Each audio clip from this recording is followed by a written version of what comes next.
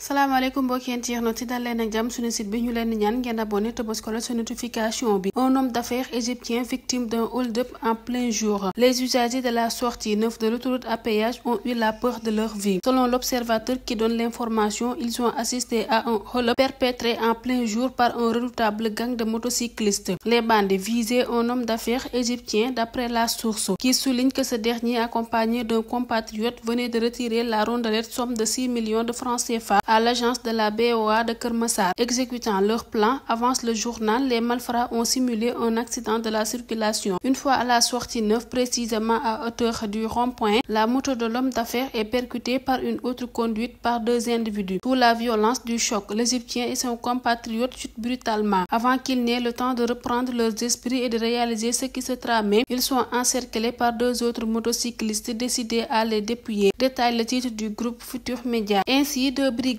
descendent de leur moto, s'acharnent sur l'Égyptien qui s'accrochait de toutes ses forces à son sac. À terre, il sera sauvagement violenté avant d'être délesté sans ménagement de son sac qui contenait les 6 millions. Toutefois, Diallo, un des membres du gang, chute de sa moto durant leur repli. C'est ainsi qu'il va subir la vindicte populaire avant d'être conduit au commissariat de Sicap Mbao. Face aux enquêteurs, il reconnaît sans embâche les faits et balance le nom de l'un de ses acolytes, O.S. Camara, qui résiderait à Grand Yoff. L'enquête connaît un rebondissement depuis février dernier, glisse le quotidien d'information annonçant l'arrestation de Camara par les éléments du commissariat de Grand Yoff qui informent aussitôt leurs collègues de Sicap Mbao. Diallo serait extrait de sa cellule dans la foulée. Acculé, Camara balance trois autres noms. Il s'agit de MP Fall, dit Papisco, C.A. Cissé, dit Patrick, un quatrième dont il dit ignorer le nom. La même source fait savoir que l'exploitation du téléphone de Camara précipitera à la chute de M. Sarr, qui sera cueilli à proximité du centre de santé de Nabil Choucair. Il a tout avoué. Apprenant que d'autres membres du gang étaient en détention préventive, établissent une nouvelle demande d'extraction de cellules pour une confrontation, lors de laquelle Prati et Papisco seront présentés par Camara comme les cerveaux du gang qui ont planifié ce hold-up. Déférés, ils sont poursuivis pour association de malfaiteurs, vol en réunion, commis et usage de moyens roulants d'armes blanches, complète l'observateur, confiant qu'un dernier membre du gang, toujours en cavale, est activement recherché.